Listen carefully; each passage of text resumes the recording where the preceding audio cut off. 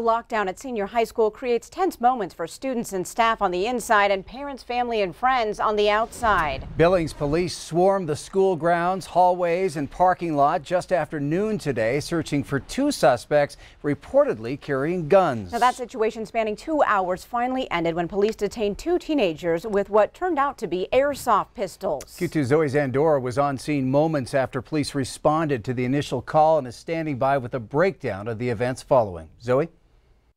A major police response descended to this school just shortly after noon today. When I arrived, nearly 30 officers responding to a threat. Now, that threat was two juveniles with guns making their way from Pioneer Park back here to Senior High's campus. Hundreds of students at Billings Senior High School locked down inside their classrooms, parents anxiously waiting as the unknown haunted them. At about 12:15 Tuesday afternoon, a school resource officer assigned to Senior High School received information that two possibly armed subjects were heading into the school or were already on campus. I was seen by a teacher, and then when they were called on that, they ultimately left and headed towards Senior High.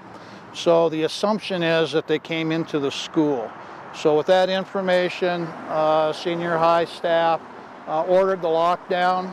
So you have that in process right now for students, everybody's secure. And then you have the significant response from law enforcement. At around 12:14, the Billings Public School offices were notified that Senior was going to be put on lockdown, which Superintendent Greg Upham says he fully supported. We then send a robocall out to our parents. We posted on our website and then communicated with our trustees, all administrators, and our leadership support team across the district. From 12:15 to approximately 1:45, the school was locked down, searched, and all three levels swept 2 times over by the Billings Police Department. So very quickly following the lockdown, our officers got on scene, and we had a massive presence of officers, both local, state, and federal.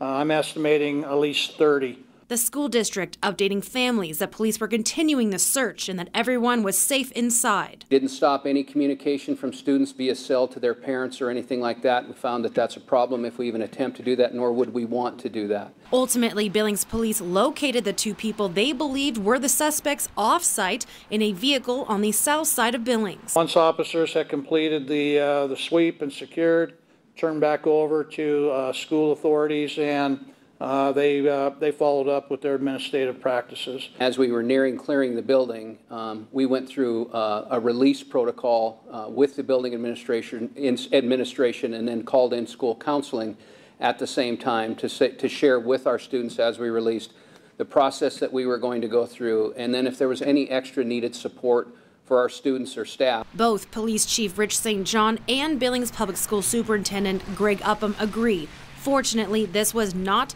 an active shooter situation.